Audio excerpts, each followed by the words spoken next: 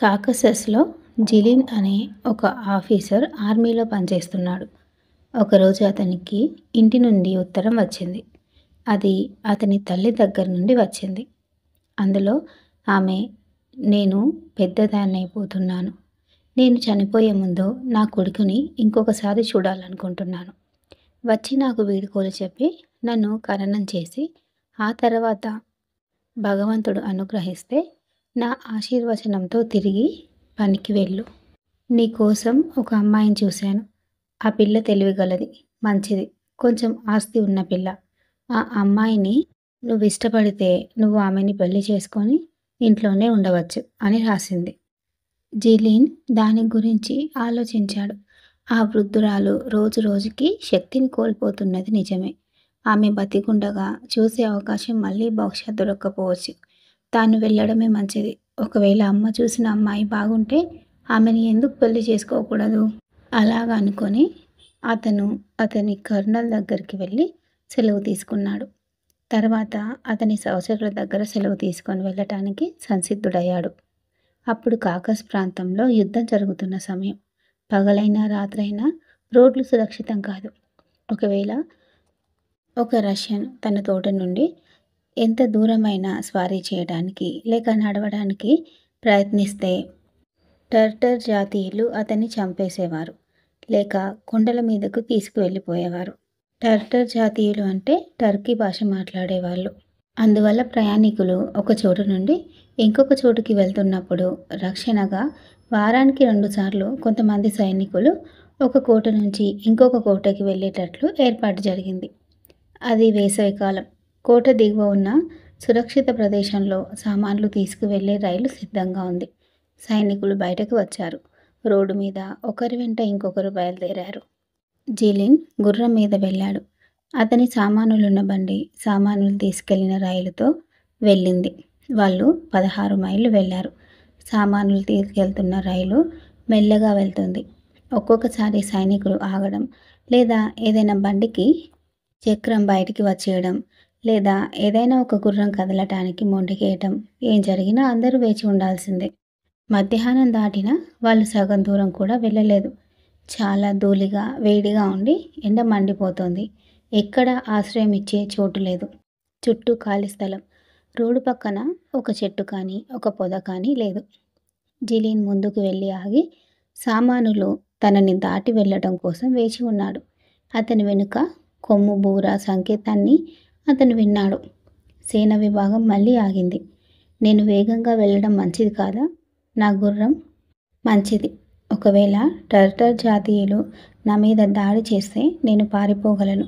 ఏది ఏమైనా బహుశా వేచి ఉండడం బుద్ధిశాలితనం కాదు అని అనుకుంటే అది తప్పవుతుంది" అని అతను అనుకున్నాడు. అలా అనుకుంటూ కూర్చోగానే గన్ను తీసుకొని ఉన్న కోస్టిలిన్ అనే ఆఫీసర్ అతని దగ్గరకు వచ్చి, "నాతో రా జిలిన్.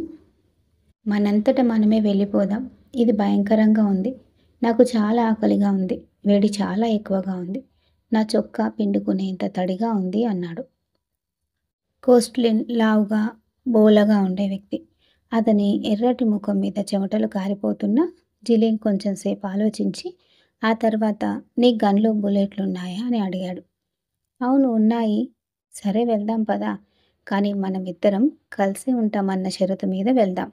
అలాగ వాళ్ళు రోడ్డు వెంట మైదానాలకి అడ్డంగా మాట్లాడుకుంటూ, కానీ రెండు పక్కలా చూస్తూ ముందుకు వెళ్ళలేదు. చుట్టూ చాలా దూరంగా ఉన్నదంతా చూడగలిగారు. కానీ ఖాళీ స్థలం మైదానం దాటగానే 2 కొండల మధ్య ఉన్న ఒక లోయ ద్వారా వెళ్ళింది. "మనం ఆ కొండ ఎక్కి చుట్టూ చూడడం మంచిది. లేకపోతే టర్టర్స్ మనం తెలుసుకునేలోగా మన మీద పడతారు" అన్నాడు జిలిన్. "కానీ ఏం లాభం? మనం వెళ్తూనే ఉందాం" అని కోస్టిలిన్ సమాధానమిచ్చాడు. అయినా జిలిన్ ఒప్పుకోలేదు. "వద్దు, నీకు కావాలంటే నువ్విక్కడుండు. కానీ నేను వెళ్ళి చుట్టూ చూస్తాను" అని అతని గుర్రాన్ని ఎడం పక్క కొండ మీదికి తిప్పాడు. జిలిన్ గుర్రం వేట గుర్రం. అందుకు రెక్కలున్నట్లుగా అతని కొండ మీదకి తీసుకెళ్ళింది. కొండ మీదికి చేరాడో లేదో ఒక 30 మంది టర్టర్లు అతనికి 100 గజాల దూరంలో ఉండడం చూశాడు. వాళ్ళని చూడగానే అతను పక్కకి తిరిగాడు. కానీ టర్టర్లు కూడా అతన్ని చూశారు. తుపాకులను బయటకు తీసి అతని వెంట స్పీడ్‌గా పరిగెత్తుకుంటూ వెళ్లారు. కోల్‌స్టీన్‌తో "నీ తుపాకీ రెడీ చేసుకో" అని అరుస్తూ జిలిన్ గుర్రం పరిగెత్తగలిగినంత వేగంగా కిందకి పరిగెత్తాడు. మనసులో అతని గుర్రంతో "ఇక్కడి నుంచి నన్ను క్షేమంగా బయటకు తీసుకెళ్ళు మై డియర్, తడబడకు. ఎందుకంటే నువ్వు తడబడితే అంతా అయిపోతుంది. ఒకసారి నేను తుపాకీ ఉన్న చోటుకి వెళ్తే నన్ను వాళ్ళు ఖైదీగా తీసుకువెళ్ళలేరు" అన్నాడు. కోల్‌స్టీన్ టర్టర్స్‌ని చూడగానే అక్కడ వేచి ఉండటానికి బదులు అతని గుర్రాన్ని ఒక్కసారి ఒక పక్క, ఇంకొకసారి ఇంకొక పక్క కొరడాతో కొడుతూ కోట వైపు చాలా వేగంగా తిరిగాడు. అప్పుడు రేగిన ధూళిలో తిప్పుతున్న కోల్‌స్టీన్ గుర్రపు తోక మాత్రం కనిపించింది. అది చాలా భయంకరమైన విషయం అనుకున్నాడు జిలిన్. తుపాకీ లేదు. తనకి కత్తి తప్ప ఇంకేం లేకుండా అతనేం చేయగలడు? తప్పించుకోవాలనుకుంటూ అతను తన గుర్రాన్ని రక్షణ కోసం వెంట ఉండే వాళ్ళ వైపు మళ్లించాడు. కానీ 6 టర్టర్స్ తనను నరకటానికి వేగంగా వస్తున్నారు. అతని గుర్రం శ్రేష్టమైనదే, కానీ వాళ్ళవి ఇంకా శ్రేష్టమైనవి. అదీ కాకుండా వాళ్ళు అతని దారికి అడ్డంగా ఉన్నారు. జిలిన్ తన గుర్రాన్ని అదుపులో పెట్టి ఇంకొక దారిలో మళ్లించడానికి ప్రయత్నించాడు. కానీ అది ఆగలేనంత వేగంగా వెళ్తూ తిన్నగా టర్టర్స్ వైపు వేగంగా పరిగెత్తింది. ఒక బూడిద రంగు గుర్రం మీద ఎరుపు రంగు గుడ్డంతో ఒక టర్టర్ తుపాకీని పైకెత్తి పళ్ళు కనిపించేలాగా బిగ్గరగా అరుస్తూ అతని దగ్గరికి రావడం జిలిన్ చూశాడు. "మీరు రాక్షసులని నాకు తెలుసు. నన్ను సజీవంగా తీసుకెళ్తే నన్ను గోతిలో పడేసి కొరడాలతో కొడతారు. నన్ను సజీవంగా తీసుకెళ్లలేరు" అని అనుకున్నాడు జిలిన్. జిలిన్ భారీ మనిషి కాకపోయినా అతను ధైర్యవంతుడు. ఆ కత్తితో నేనతన్ని నిస్సహాయుణ్ణి లేక వికలాంగుణ్ణి చేస్తాను అనుకుంటూ అతను తన కత్తి తీసి ఎర్రని గడ్డం ఉన్న టర్టర్ దగ్గరికి వేగంగా వెళ్ళాడు. జిలిన్ టర్టర్‌కి ఇంకా కొంచెం దూరంలో ఉన్నప్పుడు వెనుక నుంచి అతనిపై తుపాకీ పేలి అది అతని గుర్రానికి తగిలింది. అది జిలిన్ భుజాలు నేలకు ఆనుకునేటట్లుగా మట్టిలో పడేస్తూ నేల మీద పడిపోయింది. జిలిన్ లేవటానికి ప్రయత్నించాడు. కానీ అప్పటికే హాని చేసే గుణం ఉన్న 2 టర్టర్లు అతని మీద కూర్చొని అతని చేతులను వెనక్కి కట్టేస్తున్నారు. జిలిన్ ప్రయత్నించి వాళ్ళని విసిరి కొట్టాడు. కానీ ఇంకొక 3 వాళ్ళ గుర్రాల మీద నుంచి గెంతి వాళ్ళ తుపాకీ పిడితో కొట్టడం ప్రారంభించారు. అతని కళ్ళు మసకబారి వెనక్కి పడిపోయాడు. అప్పుడు టర్టర్లు అతన్ని స్వాధీనం చేసుకొని స్వారీ చేయడానికి వీలుగా గుర్రం మీద వేసే ఆసనం నుంచి సన్నని నడుం చుట్టూ కట్టే పట్టీ కట్లను తీసి అతని చేతులను వెనక్కి వంచి వాళ్ళ పద్ధతిలో వాటిని ముడివేశారు. వాళ్ళు అతని టోపీని కొట్టి కింద పడేసి అతని కాలి బూట్లను లాగేసి ఒళ్ళంతా సోదా చేసి అతని బట్టలు చింపేసి అతని డబ్బు, చిన్న గడియారాన్ని తీసేసుకున్నారు. జిలిన్ తన గుర్రం కోసం అన్ని వైపులా చూశాడు. అది ఎక్కడ పడిపోయిందో అక్కడ పక్కకు తిరిగి పడుకుంది పాపం. కాలు గాలిలో పైకెత్తి భూమిని తాకలేకుండా గింజుకుంటోంది. దాని తలలో ఒక రంధ్రం ఉండి చుట్టుపక్కల 2 అడుగుల వరకు ధూళిని మట్టిగా మారుస్తూ మాలిన రక్తం బయటకు కారుతోంది. టర్టర్లలో ఒకడు గుర్రం దాకా వెళ్ళి గుర్రం మీద కూర్చునే ఆసనాన్ని తీసేయడం ప్రారంభించాడు. అది అలవాటుగా కాలితో తన్నింది. అందుకు వాడు బాకు తీసుకొని దాని శ్వాసనాళం మీద వేటు వేశాడు. దాని గొంతులో నుంచి ఈల శబ్దం వచ్చి గుర్రం అకస్మాత్తుగా పడిపోయింది. అంతే, అంతా అయిపోయింది. టర్టర్లు గుర్రం మీద ఉండే ఆసనాన్ని, దాని అలంకారాలను తీసుకున్నారు. ఎరుపు గడ్డం ఉన్న టర్టర్ అతని గుర్రం మీద ఎక్కగానే తక్కిన వాళ్ళు జిలిన్ని అతని వెనుక ఉన్న ఆసనంలో ఎత్తి పెట్టారు. అతను పడిపోకుండా ఆపటానికి టర్టర్ యొక్క నడుముకి చుట్టే పట్టీకి అతన్ని పట్టీతో బిగించారు. ఆ తర్వాత వాళ్ళంతా కొండల వైపు స్వారీ చేసుకుంటూ వెళ్ళిపోయారు. ఆ విధంగా జిలిన్ ఒక పక్క నుండి ఇంకో పక్క ఊగుతూ అతను తల దుర్వాసనతో ఉన్న టర్టర్ వీపుకి తాకుతూ కూర్చున్నాడు. బాగా పెరిగిన కండలతో ఉన్న వీపు, బలంగా ఉన్న మెడభాగం తప్ప ఇంకేం అతను చూడలేకపోయాడు. జిలిన్ తనకి దెబ్బ తగిలి రక్తం అతని కళ్ళ పై భాగంలో గడ్డ కట్టుకుపోయింది. కూర్చునే ఆసనం మీద అతని శరీరం స్థితిని మార్చుకోవడమో లేదా రక్తాన్ని తుడుచుకోవడమో చేయలేకపోయాడు. అతని చేతులు ఎంత గట్టిగా కట్టబడి ఉన్నాయంటే అతని మెడ ఎముకలు నొప్పి పుట్టాయి. వాళ్ళు చాలా దూరం పైకి కిందకి గుర్రం మీద స్వారీ చేశారు. వాళ్ళు ఒక నదిని చేరుకొని లోతులేని చోట దాన్ని దాటి ఒక లోయ వైపు ఆ చివరి నుండి ఈ చివర దాకా వెళ్ళే రోడ్డు దగ్గరికి వచ్చారు. జిలీన్ వాళ్ళెక్కడికి వెళ్తున్నారో చూడ్డానికి ప్రయత్నించాడు.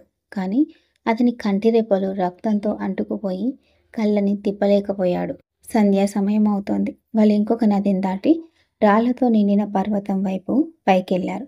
అక్కడ పొగవాసన ఉంది. కుక్కలు అరుస్తున్నాయి. వాళ్ళు హౌల్ అనే ఒక టర్టర్ గ్రామానికి చేరుకున్నారు. టర్టర్లు వారి గుర్రాల మీద నుండి దిగారు. టర్టర్ల పిల్లలు వచ్చి జిలీన్ చుట్టూ నిల్చొని రాళ్ళు విసురుతూ సంతోషంతో అరుస్తున్నారు. టర్టర్ పిల్లల్ని పంపించేసి జిల్లీని గుర్రం మీద నుంచి దింపి అతని మనిషిని పిలిచాడు. అప్పుడు ఛాతీ అంతా కనిపించేటట్లు చిరిగిపోయిన ఒక చొక్కా తప్ప ఇంకేం లేకుండా ఉన్న ఒక గోనె అనేవాడు జవాబు చెప్పాడు.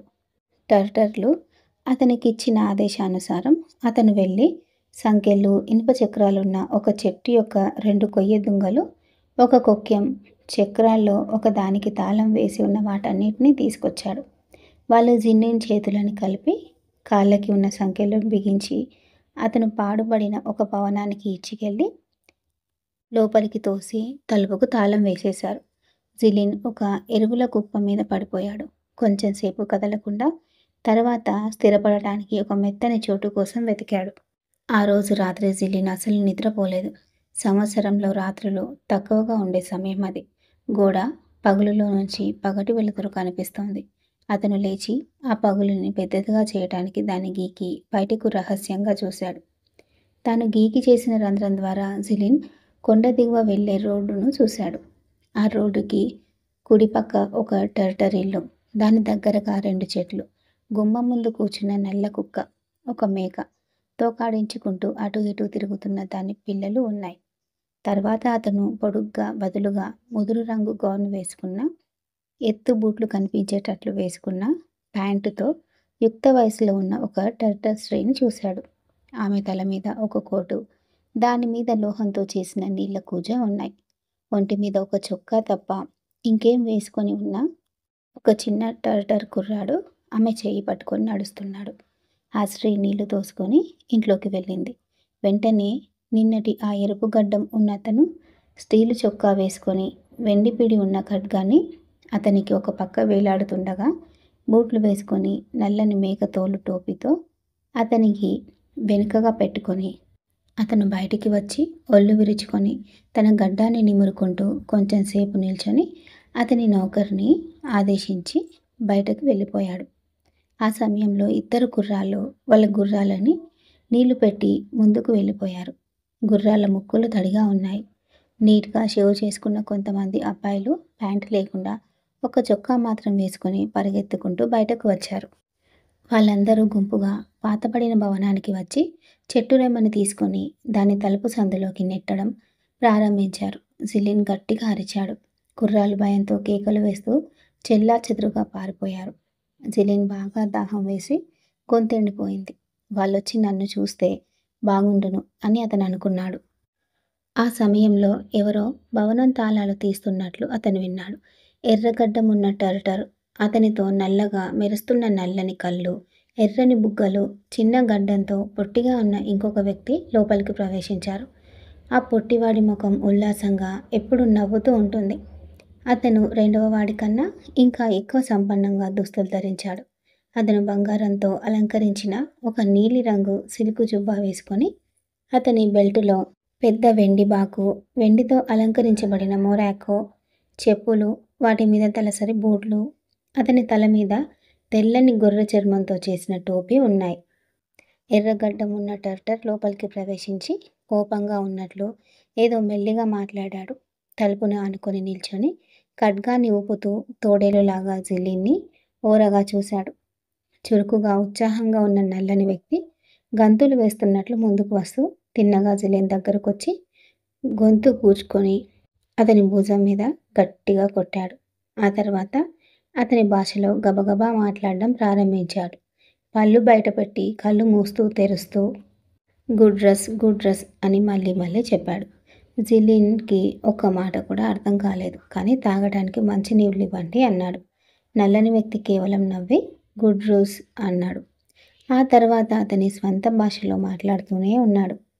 అతనికి తాగటానికి ఏదైనా కావాలని జిలిన్ పెదవులతో, చేతులతో సంజ్ఞలు చేశాడు. నల్లని వ్యక్తి అర్థం చేసుకొని నవ్వాడు.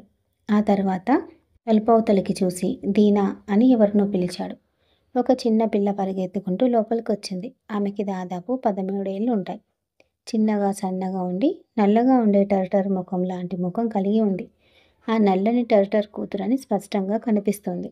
ఆ అమ్మాయి ముఖం చాలా అందంగా ఉంది. ఆమె వెడల్పైన చేతులున్న పొడవైన నీలిరంగు గౌను వేసుకుంది. లోపలికి మడిచి కుట్టిన అంచున్న ఆ గౌను, దాని ముందు భాగం చేతులు ఎరుపు రంగులతో అందంగా అలంకరించబడి ఉన్నాయి. ఆమె ప్యాంటు, చెప్పులు, ఆ చెప్పుల మీద హీల్స్ ఉన్న వెడల్పైన బూట్ల మీద చుట్టూ రష్యన్ వెండి రిబ్బన్లతో జడ అల్లి, ఆ జడ బంగారు పూత పూసిన వెండి నాణేలతో అలంకరించబడి ఉంది. ఆమె తండ్రి ఒక ఆదేశాన్ని ఇవ్వగానే ఆమె పరిగెత్తుకుంటూ వెళ్ళి ఒక లోహపు కూజాతో తిరిగి వచ్చింది. ఆమె జిలీన్కి నీళ్ళిచ్చి తన మోకాళ్ళు తన తలంత ఎత్తుకు వచ్చేటట్లు వంగి కూర్చుంది. అక్కడ కూర్చొని జిల్లిన్ని ఏదో క్రూర మృగాన్ని చూసినట్లుగా చూసి అతను నీళ్లు తాగటాన్ని కళ్ళు పెద్దవి చేసి చూసింది. ఖాళీ కూజాను జిలీన్ ఆమెకు తిరిగి ఇవ్వగానే ఆమె ఒక అడవి మేకలాగా హఠాత్తుగా వెనక్కి గెంతింది. అది ఆమె తండ్రిని నవ్వేలాగా చేసింది. అతను ఇంకా దేనికోసమో ఆమెని పంపించేశాడు. ఆమె కూజా తీసుకొని పరిగెత్తి బయటికెళ్ళి ఒక గుండ్రని పలక మీద ఈస్ట్ లేకుండా తయారు చేసిన బ్రెడ్ని తీసుకొచ్చి మళ్ళీ వంగి కూర్చొని అతన్ని గుడ్లబ్బగించి చూస్తూ కూర్చుంది. ఆ తర్వాత టర్టర్లు మళ్ళీ తలుపుకు తాళం వేసి వెళ్ళిపోయారు.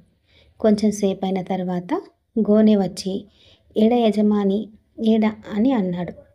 అతనికి కూడా రహస్యం తెలియదు. అతన్ని ఇంకొక చోటుకి తీసుకువెళ్ళమన్నారన్నది మాత్రమే జిలిన్ గ్రహించాడు.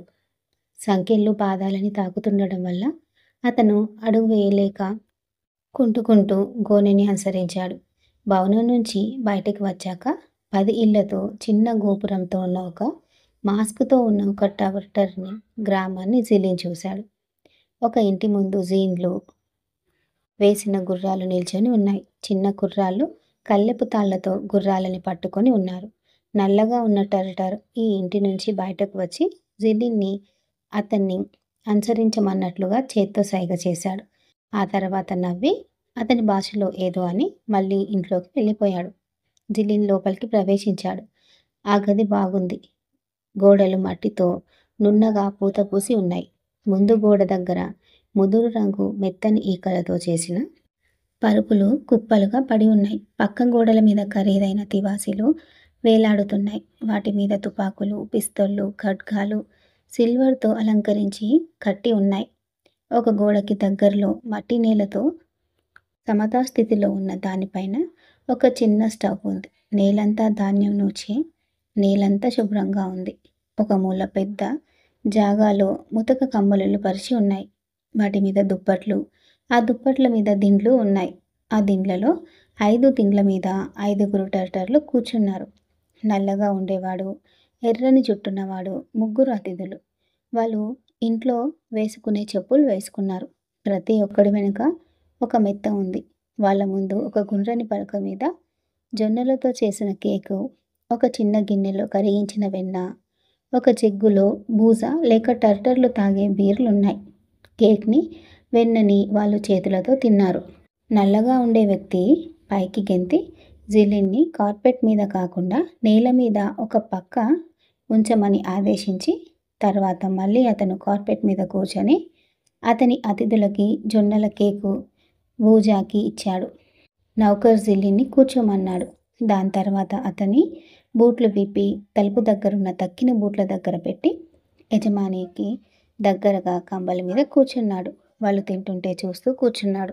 టర్టర్లు వాళ్ళకి కావాల్సినంత తిన్నారు. అప్పుడు ఒక స్త్రీ వచ్చి మిగిలిన ఆహారాన్ని తీసుకెళ్ళిపోయింది. తర్వాత వాళ్ళు చేతులు కడుక్కోవడానికి ఒక అందమైన వెడల్పైన బేసిన్, నీళ్లు పోయడానికి సన్నని గొట్టమున్న కూజా తీసుకొచ్చింది.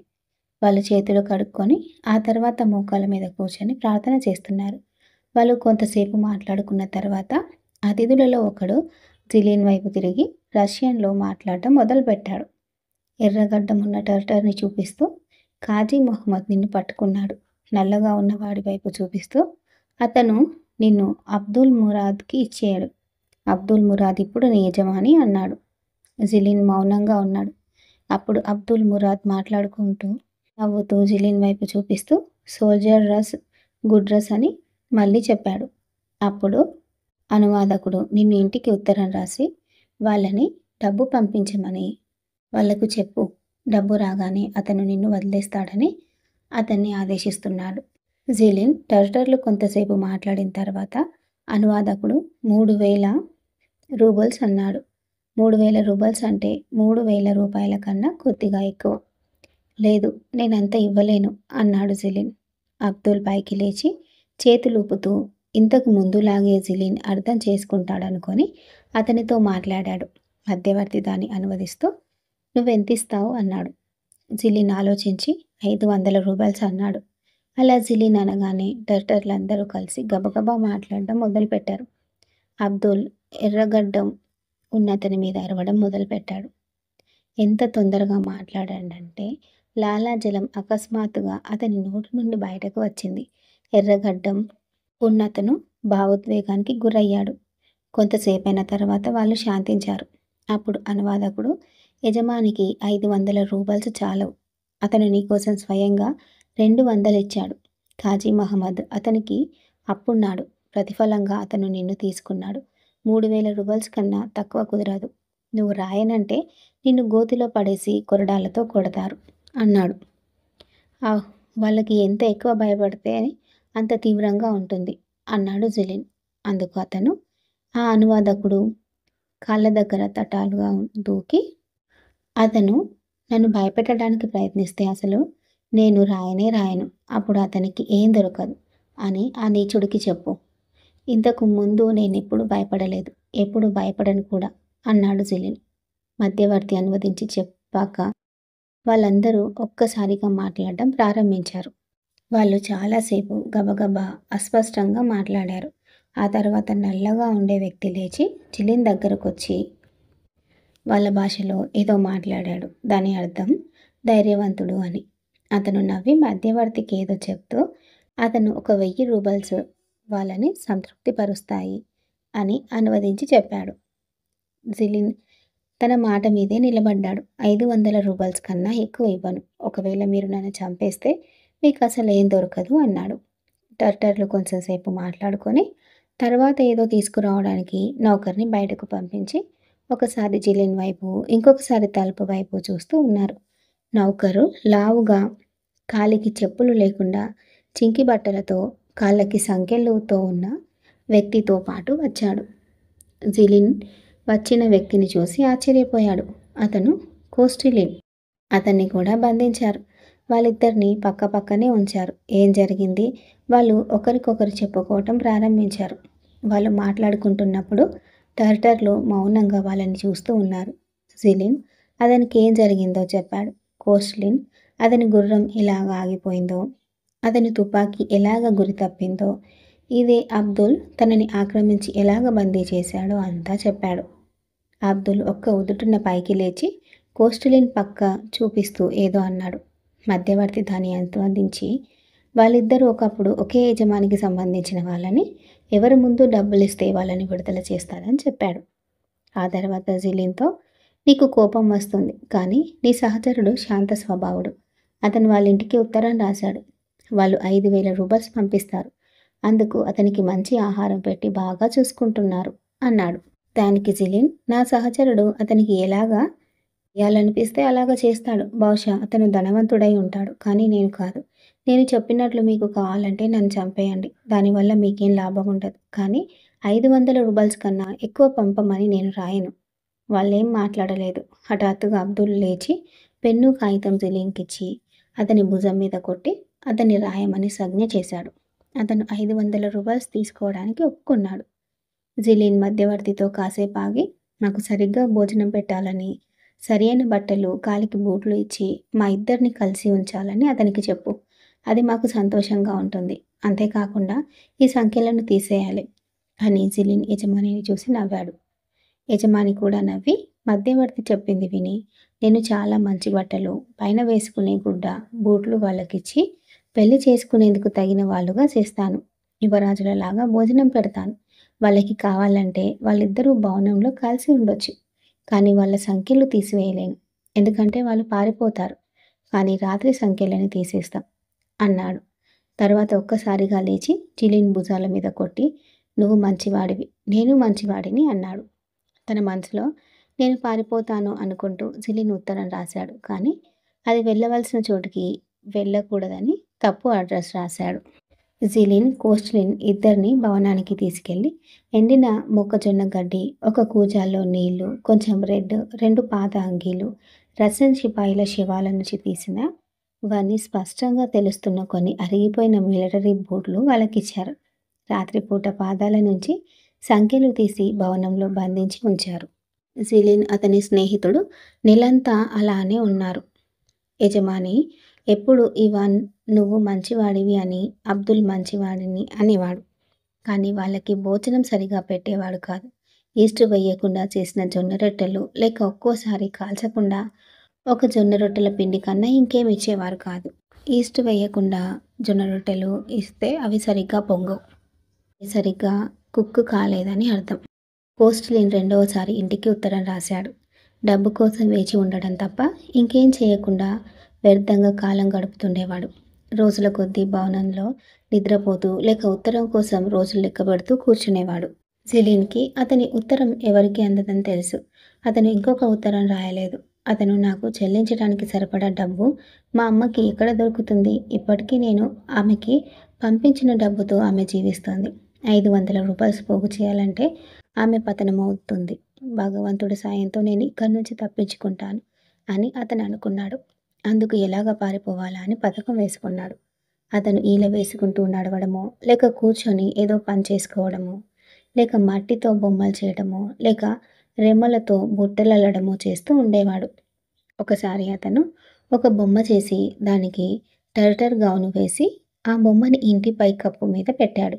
నీళ్లు తీసుకెళ్ళటానికి టర్టర్ స్త్రీలు బయటికి వచ్చినప్పుడు యజమాని కూతురు దీనా ఆ బొమ్మని చూసి ఆ స్త్రీలను పిలిచింది. వాళ్ళు వాళ్ళ కూజాలని కింద పెట్టి నవ్వుతూ చూస్తూ నిల్చున్నారు. జిలిన్ బొమ్మని కిందకి దించి వాళ్ళ వైపు చూపించాడు. వాళ్ళది చూసి నవ్వారు. కానీ దాన్ని తీసుకునే ధైర్యం చేయలేదు. జిలిన్ బొమ్మని కింద పెట్టి భవనంలోకి వెళ్ళిపోయి ఏమవుతుందో చూద్దామని వేచి చూస్తున్నాడు. దీనా బొమ్మ దగ్గరికి పరిగెత్తుకెళ్ళి చుట్టూ చూసి దాన్ని తీసుకొని తిరిగి పరిగెత్తుకెళ్ళిపోయింది. పొద్దుట తెల్లవారేలాగా తర్వాత జిలిన్ బయటకు చూశాడు. దీనా బయటకు వచ్చి బొమ్మతో గుర్రం మీద కూర్చుంది. ఆ బొమ్మని చిన్న చిన్న ఎర్రని గుడ్డ ముక్కలతో అలంకరించి చిన్నపిల్లలు టర్టర్ జోలపాటని పాడుతున్నట్లుగా దాన్ని ఊపింది. ఒక ముసలావిడ బయటకు వచ్చి దీనాని కోపడి బొమ్మని లాక్కొని ముక్కలు ముక్కలుగా చేసి దీనాని పంపించేసింది. కానీ జిలిన్ మొదటి బొమ్మ కన్నా మంచి బొమ్మను చేసి దీనాకిచ్చాడు. ఒకసారి దీనా చిన్న కూజా తెచ్చి దాని కింద పెట్టి కూర్చొని నవ్వుతూ అతన్ని చూసి కూజా వైపు చూపించింది. ఆమెని ఏది సంతోషపెడుతుంది అనుకున్నాడు జిలిన్. అది మంచినీళ్ళు అనుకుని కూజాని తీసుకొని చూస్తే అవి పాలని తెలిసింది. అతను పాలు తాగి ఉంది అన్నాడు. దీనా చాలా సంతోషించింది. గుడ్ అని ఆమె పైకి ఎగిరి చప్పట్లు కొట్టింది. ఆ తర్వాత కూజా తీసుకొని పరిగెత్తికెళ్ళిపోయింది. ఆ తర్వాత రహస్యంగా ప్రతిరోజు కొంచెం పాలు తెచ్చిచ్చేది.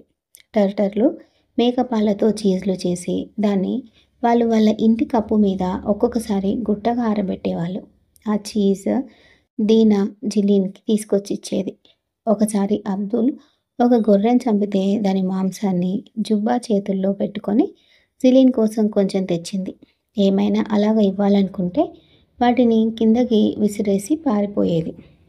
ఒకరోజు పెద్ద తుఫాను వచ్చి గంట వరకు కుంభవృష్టిగా వాన కురిసింది. అన్ని జలప్రవాహాలు మురికిగా అయిపోయి లోతులేని చోట నదులలో 7 అడుగుల వరకు నీళ్ళొచ్చేశాయి. ప్రవాహం గతి ఎంత బలంగా ఉందంటే దానివల్ల రాళ్ళన్నీ దొర్లుకుంటూ వచ్చాయి. ప్రతి చోట కాలువలు ప్రవహించాయి. కొండలలో ఉరుముల గర్జన ఆగలేదు. తుఫాను ఆగిపోయాగానే వాగులలో నీరు కింద గ్రామ వీధులలోకి వచ్చేసింది.